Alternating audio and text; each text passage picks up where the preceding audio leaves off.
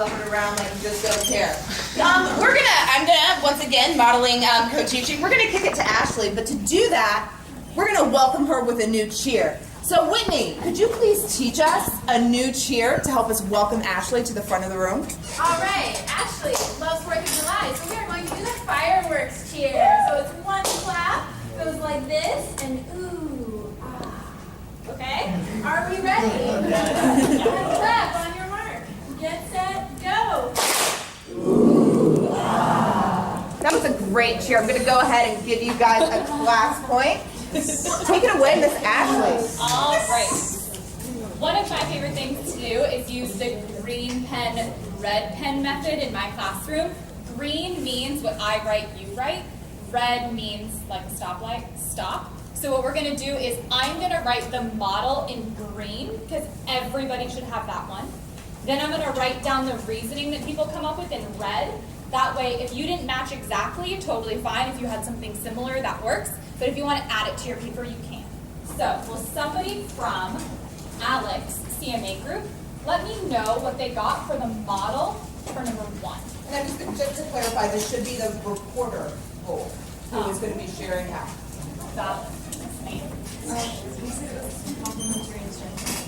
Excellent. Thumbs up if your group mates also got the same thing.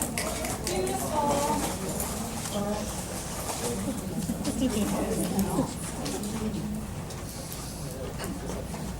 Can I get another reporter? Let me know what the reasoning was that they had for this. I have that the SPED teacher adds just additional support to the general teacher's work.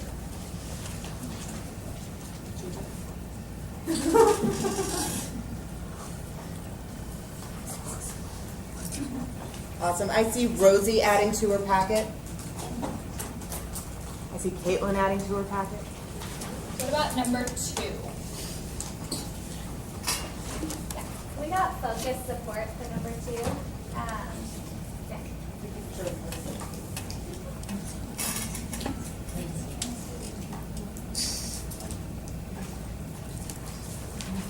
And the reasoning for that one? Because she popped in and she was focused on the IEP students, and she also provided an alternate exit ticket for the student that required it.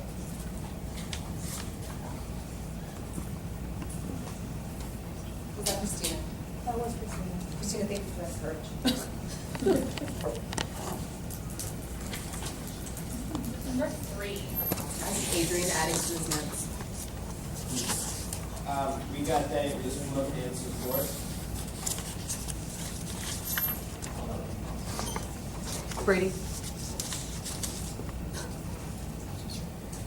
So if you were 12, I would be saying things like, put your hand on your head if you also said focus support. Touch your nose if you also said focus support. But you're adults, so I won't. We thought it was something different.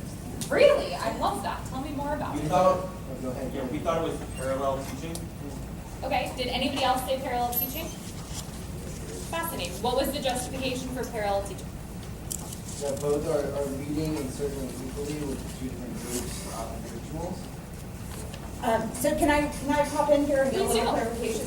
So parallel teaching means you divide the classroom usually in half, heterogeneous groups.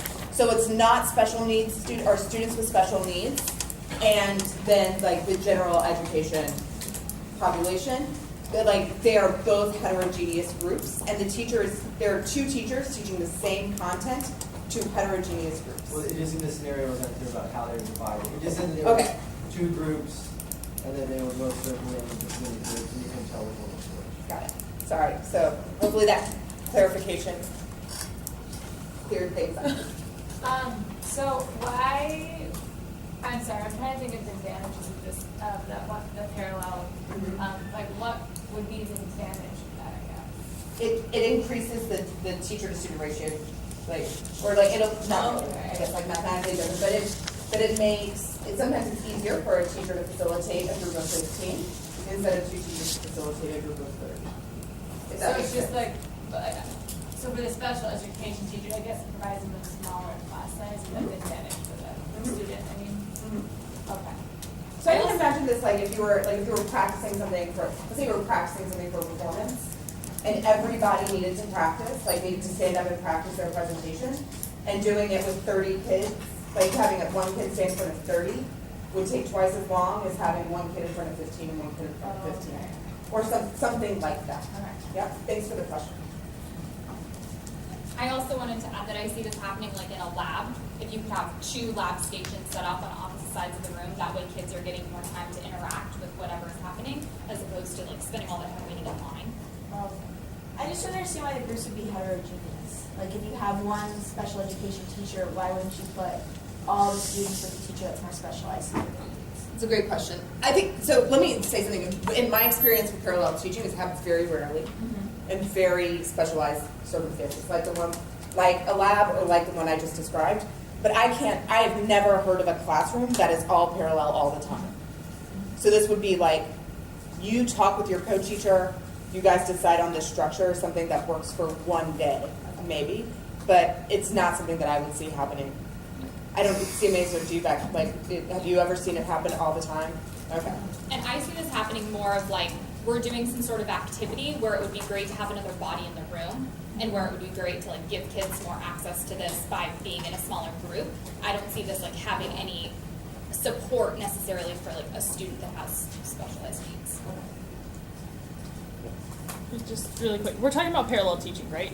Yes. So, you just said it's not based on special needs, but in this it says they use different methods to meet the needs of the students. Okay, yep, so let me try to think of a good example on my feet. Let's say I am, look, can we use my practice examples? Like we're preparing for our presentation, and I have one group of students that is giving PowerPoints, and I have one group of students that's made posters. So they're heterogeneous. There are students with special needs in both groups. There are general education students in both groups. So my co-teacher takes the kids who are doing PowerPoints to the computer lab. I stay in the classroom and do the posters. We've split them up. We're doing like basically the same content based on different needs. Does that make sense? Yeah, thank you. Yeah. So the needs don't necessarily have to be exactly. Cool. I would argue that the fact that everybody's thinking really critically about this means we get a class point. Thank you so much for that. All right, number 4, model.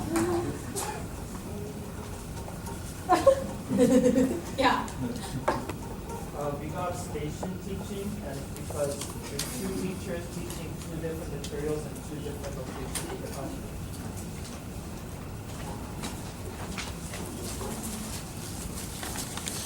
Yep. All right, and then 5 is a little tricky. You have a scenario on the front, this is on the back, so I'm gonna give 1 second for anybody to copy, and then, yep.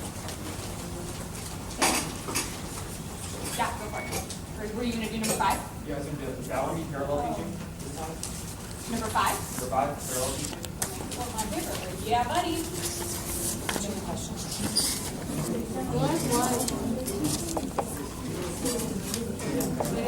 How is it parallel?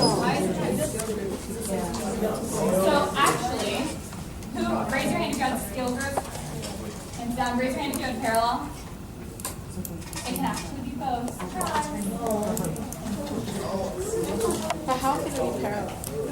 So what I want to do for reasoning is hear from one person who said parallel first, and then one person who said skill group. So somebody who said parallel, what was your rationale? So we said parallel because like there are different strategies for the students. Like there's the scaffolding for the students who need it, and the enrichment for the students who use the most challenging texts. And somebody who says skill group? It's 2 different groups focusing on the same content or something.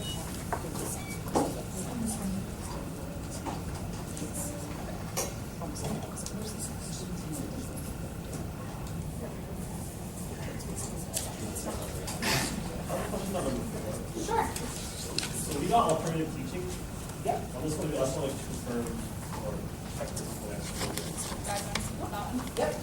So thank you for that. It is a little bit unclear. So when I think of alternate teaching, I think of like when I'm teaching a whole group, I'm teaching 25 of my kids because the RSP teacher, the special education teacher, has come in and has pulled 5 of my kids or 6 of my kids and is working with them in a very small focused group, like maybe at the back of the classroom or maybe outside of the courtyard or something like that. Whereas stations, I think of like we think of stations, like where kids are circulating to different stations and then a teacher at one and a teacher at the other, and they're pretty much the same size. Does that help clarify? Thank you for the question. And then lastly, let's wrap it up with number 6. Alternative teaching, because Mr. Hood is pulling 5 students out of the class. Mr. Hood, he's so skilled. Awesome. So as we're wrapping this up, can we give one more firework to Ms. Gutierrez up here in the front of the classroom? So like on the count of 3, we're going to clap. Ooh, ah, ready? 1, 2, 3. Ooh, ah. Very nice. Awesome. And great job. Thank you for all of the great questions. I'm glad Ms. Gutierrez recognized that you needed a class cook, so you're doing a fantastic job. And now we're going to welcome Alec to the front. This Alec, not that Alec. Don't worry. Don't like. Whitney, do we have another cheer to welcome Alec to the front? We do have another cheer. I'm excited. I am. We're going to do the roller coaster cheer. So it looks like this. You go. It goes. Woo! Woo! Woo! Okay. Are you ready? On 3. 1, 2, 3. Woo! Woo! Woo! I even saw Nader get a little bit into that one. There. Nice work. So Alec is gonna ask you, or do you want to ask him, or do you want me to go ahead and set it up? So do you want the reporters again, Arminda? I don't think it has to be the reporter. Let's take brainstorms from just about anybody. Okay. I love this co-teaching. So now that we have talked a lot about the different kinds of co-teaching models, you guys are living proof of co-teaching, and you do it every day. So what we want to do is think through what are the challenges. We'll get a list of challenges, and then we'll pop over to what are the potential acts of prevention to those challenges. All right. So I just kind of want to open this up, do a little bit of brainstorm. We are going to do this with a hand raise, so raise your hand if you have something to add to a challenge, maybe something you face, or maybe something you foresee facing in the classroom. Yeah. So like negotiating disagreements with your co-teacher, how to approach like different instruction and what to do with something like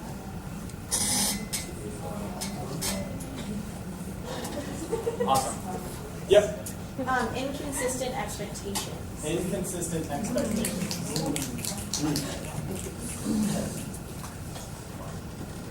I love it. Thank you, Claire. And behind Claire in the red shirt, tell me your name. Steven. Steven, thank you. Not wanting to step on each other's toes with behavior.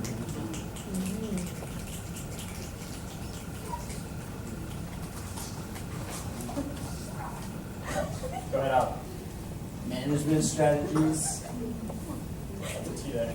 Good.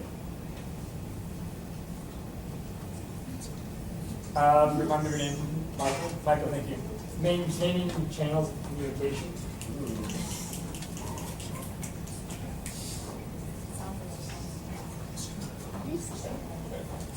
Good. What else we got here? Paulo. Logical flow between objectives.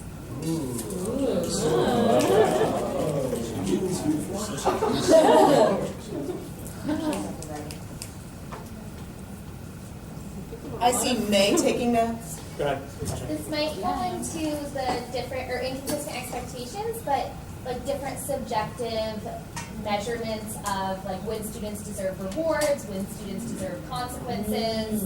So based on different personalities. Yeah, I am. Do you guys feel comfortable with me adding that to inconsistency, inconsistent expectations? Thank you for fleshing that out being so thorough. Give me a thumbs up if you've had inconsistent expectations in your classroom this summer.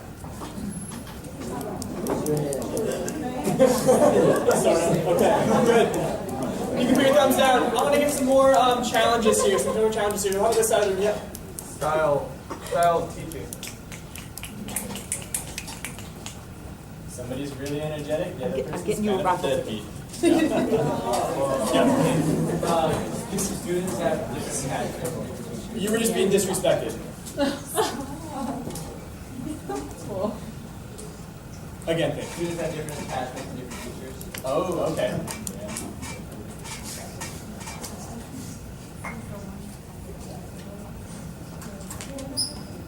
Nice. Arminda, I see a lot of poll members taking notes. Can we add another class point? Thank you, JJ. Absolutely. Paul. Feel free. Having no clear lead teacher on a certain activity because you assume the other teacher is the one taking the lead.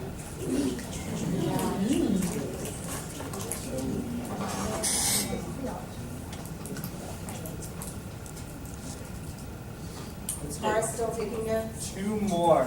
Let's do two more. Remind me of your name? Kurt? Thank you.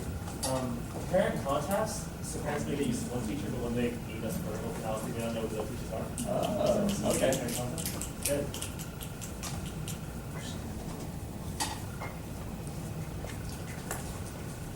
Daniela. Timing. Timing. Speak to me more about that. So if you plan for like station teaching or something like that, and one runs really short, one really long. Use your watches, people. Okay, so what we're gonna do now for about, I'm sorry, Claire, that we're not, oh, is this a question? I just think it's Yeah. an important one. Okay. Sharing the stage, Okay, like, let's add another line, thank you, Claire.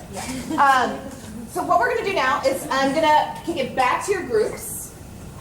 This time, whatever your role was, you're gonna pass your roll card just one click to in a clockwise direction. So you're gonna pass just one click, and you're gonna have 5 minutes to try to come up with preventative strategies or respond. Yeah, I'm sorry, I'm gonna wait a second. I just modeled bad direction giving, I apologize.